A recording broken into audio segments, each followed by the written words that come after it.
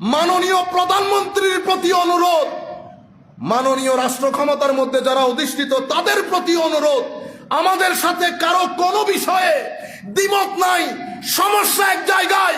আপনি লাখ পাঞ্জাবি পরেন, আমার নবীর শানে রিসালাতে এতটুকুন যদি আঘাত আসে, লাখো তরুণ তলোয়ারের নিচে নিজের মাথা ঝুঁকিয়ে দেবে। এটার মধ্যে আমরা দাঁড়ানো।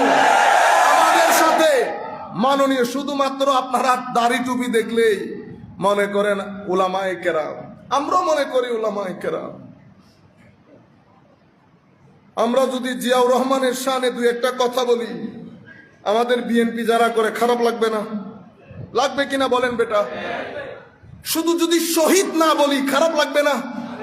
না লাগলে তো বিএনপিও না। আপনি যদি না লাগে তো বিএনপিও না। বিএনপিকেও ভূতে ধরেছে 50-60%।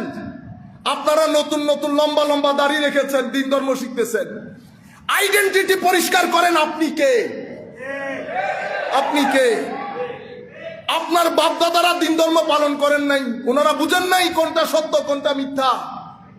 আপনি গত 200 বছরের ইতিহাস পড়েন, বাংলার জমিনে কালমা পড়া কে শিখিয়েছে? ঢাকার বুকে কালমা কে শিখিয়েছে? চট্টগ্রামের বুকে কালিমা কে শিখিয়েছে? সিলেটকে কালমা কে শিখিয়েছে?